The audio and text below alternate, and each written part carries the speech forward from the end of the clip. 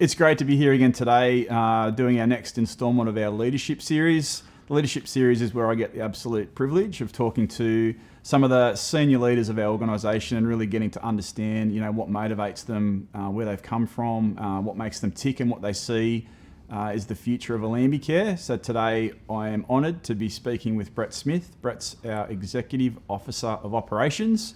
And Brett's role basically oversees all the delivery of services right across the entire Allambie Care world. So thanks for being with me today, Brett. Thanks, Steve. Thanks for asking me to come in. Let's go right back to the start. You've been here for 25 years, since really the start of Allambie as we know it now. What sort of drew you to doing this in the first place? Oh, look, that's a big question for me because it's. I think a lot of people look back at their childhood or whatever that might be, and mine wasn't so. I'd say there was a lot of challenges in that. So, and looking back, that would be my drive. So, look, to put it simply, like my dad wasn't the best person to be around. And my mother went through a lot. So I've always been a bit protective of the underdog, and I think growing up as the underdog, that would probably be my driver, is that I wanted probably the underprivileged, which I probably class myself as growing up, to have better. Yeah. And I was probably one of those. I remember one instance where I think, because I went and called the police and different things like that, I think if I got through to the police at that time, I would have been removed. So it was so I guess that's the extent of it. But what that's taught me is that, like, if that had happened, that would be a nightmare for the world. But what that did teach me through all of that is how, and I look at our kids now in Allambie, of how important, even though there was, we had challenges, but how important family was, and just being engaged, even though there was, it was disjointed in some areas, and very supportive in others. So it was, So that's always been in my background. If I was to say anything drove me, that would be it. So, because all my brothers are, honestly, they've been through hell. I was probably the lucky one because I was the youngest. But they are successful people, and very good people, and it's always, so the cycle can be changed. They've proven that. I've proven that. So it's So that's what would drive me into this industry and working with kids. Mate, I appreciate that. Thanks for sharing. And you started off working in our refuge, which is, I guess, like what you said there. Your brush with that was close to potentially ending up in that sort of situation. So you started out working in our refuge, which was, young people that had kind of lost their way or needed somewhere to stay for a short period of time. Can you reflect back on what were those days like as a worker at Allambie 25 years ago? Yeah, I thought I would come into Allambie and change the world. Yeah. With working with kids, I thought, I relate well with kids, like I always have. Youth, because I run youth groups and different things like that with Kath, my wife, at the time. So we've always been involved. Yep. Doing that sort of thing. So I thought I'd go into the refuge and I'd blitz it. But anyways, my first shift was, there was two teenage girls there. Anyways, I've given a bit of direction and so forth, and trying to follow the rules of what we've been told to do and not what to do. And anyway, this young girl, mate, she beat me up a mop. It was so funny. I could thinking, here I'm going to change the world, and got this little 13-year-old just give me a lesson with a mop. Love it. I got bleach all over me clothes and different things. Yeah. So that was good, because it actually it humbles you to think differently. You've got rules about what you need to follow for reasons, Yeah. and then how do you actually put your personality into that to make it work. So it was good. Were there any moments in those early days where you were like, oh gee, I don't know if this is for me? Oh yeah, big time. I think that daily. It's always been like the thing with Allambie and this industry. I'll talk about the industry because it's an industry. Is that you never stop learning. Like it doesn't matter. Even our conversation earlier when we were talking about things, there was all this is what I'm learning really. Yeah. Like we're looking at moving forward in things, but it's all new. It's learning. It's challenging. And I think if you're going with that attitude, it's good. Like I think that's when you're in a healthy space. So if you started saying I'm just going to come and change the world because you knew it all, like how quickly did you realise? Was it that first shift? Oh yeah. It was funny. Yeah, because I'm tall and like it's for this little kid, and I think, wow. So what's the journey been like? And I know it's massive over obviously, but we went from just that refuge, and you've been here the entire time. You've been a key part of the leadership group of Allambie from that moment. Like when did you start to realise that we needed to do things differently or grow in certain ways? Like what did that look like in the early days? Yeah. Look, I wouldn't say there was anything really planned about where we'd end up. Mm-hmm. We've always worked off need. Yep. For kids' needs. So, like we had the refuge, and I came in. There was the guys were touching on doing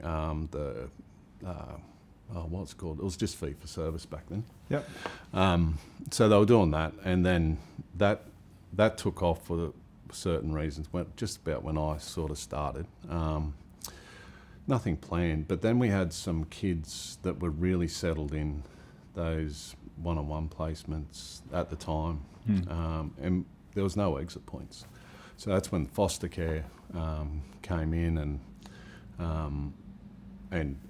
that was probably I guess a learning curve for us, that there's nothing out there that's fulfilling the need. Yeah. So we had to create it. Mm-hmm. And then we did and this was probably a real turning point for me. So Simon was, we got a referral for this young fella in Charlestown, and we did some work with families, just support, not really offering a great deal of expertise, except for let's try to keep this kid at not from coming into a resi type placement. Yeah. So that's probably when I started to realise that's where I wanted to be, like in that, and driving that change about how does our system that we're in control of, how do we actually support that and keep kids at home? So that took off. We were doing a mentoring program there. Kids would come into the residential placements and we'd get them back home. It was awesome. We didn't go through all the legal stuff that we have to now about restoration. That's up with the department. But and that it must have been through some governmental decisions about how things looked, then stopped, and that's when we seen the residential kids placements breaking down and different things like that. But that's why we come back to, like, if we're not working towards kids connecting with families and trying to work through that and what the best options are, I think we're failing. So, yeah. So you said like as the evolution of Allambie was through identifying gaps. Like, can you tell me a bit more about that? Like what do you mean by gaps? There's practicalities about what we do. Like, we look after kids. Our ethos should be that every kid should have a family, whatever that might look like. So exit points in residential is very hard. So we can rely on the department to do it, but their resources are tied up because they're actually working at probably the more difficult end.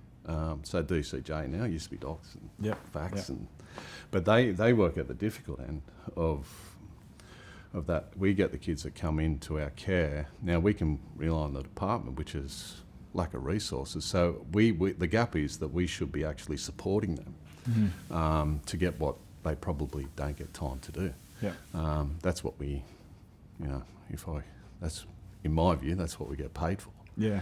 From the department. So that's why we fill those gaps. That work that they probably would like to do, we continue to do, which is supporting it. I think that to be honest, I think that's our success. Yeah. I'd like to think so, anyways. So if our work is in that space, what are the big things that matters? I know you touched on family and how that sort of early days mentoring stuff was really impactful. Like how does the family fit in, and like what are our big kind of overarching goals for the young people that are in our program? Well, they all vary, don't they? Yeah. Like you've got some that can go back home, some that can't go back home, some that have cultural needs. Our goal is to find out what they actually need. Like if you look at the needs-based framework, which is perfect, just the name itself talks about the needs of an individual, not of, this is a global thing. It actually comes down to needs-based for a child, needs-based or needs for a family. So if you look at it from that perspective, we need to identify what the needs are for an individual, and then look at how do we actually move forward for that. And there are some areas where we can't, and we need to advocate for some change in the system or whatever that might be to get them there. So it's some kids, say for example, if they're out of area, their family's down in a different area, we should be moving towards that and trying to be creative of how do we get them back into their own region. So so advocacy. That's an example. Is that something that's part of where you sit in the organisation? Like obviously, your title and role kind of has an operational lens. Like, do you see yourself as someone that is in that space around advocacy in the system? I would see myself as probably how do we actually influence the system without, I think that's what Allambie has done indirectly. Simon's a great advocate. He sort of hits that higher level, but my influence is basically how does Allambie just do the work more so than talking about it. Yep. So yeah, and we've got an amazing team. So when we talk about that, what is my role in it? I don't actually know. It's just bringing the team together to have a conversation and come up with solutions because we don't all have the solution for an individual, and that's been a big thing for us. But we have always said that from the beginning. Not one person has the answers. No. So bringing people together just to have a conversation about a situation, we always come up with an answer. And it's just that, listening to each other and moving forward with what are the possibilities of what we can do to make the right decision for this child or family at a point in time. So that bringing together of the greater team, obviously you're saying you don't know where you fit in that. Well, we know that you definitely hold a strong sort of overarching guiding leader sort of role within that group. Like what are some of the things that you would always bring the leadership of Allambie back to, like, when they're looking at those decisions and things that they're making for young people? Well, they're always to keep the kids in mind, firstly, and then not to I guess get in a position where we go, well, that's okay. Like sometimes there's things can happen in conversations where things are happening for kids and we can accept it. Whereas I think what I do tend to do is to say that's probably not good enough. What are we actually going to do? Because there are system barriers. Housing's a barrier. So we have to be creative of how do we actually make this work? Who do we talk to at different levels, say in the department or housing, or who's got the best relationship with that person to go and talk to the right people, because I've got no relationships with anybody to do that, so I couldn't do it. But there is people in our team that are very skilled, gifted, passionate about housing, for example, and have those relationships. So they're So just not accepting what we're being told that we have to sort of accept, if that makes sense. Like it's a, if we become complacent in that, that's probably when we're falling back in what we should be doing. Are you, would you say are you proud of Allambie, like, and where Allambie's gone and what that journey's looked like? Can you tell me about that?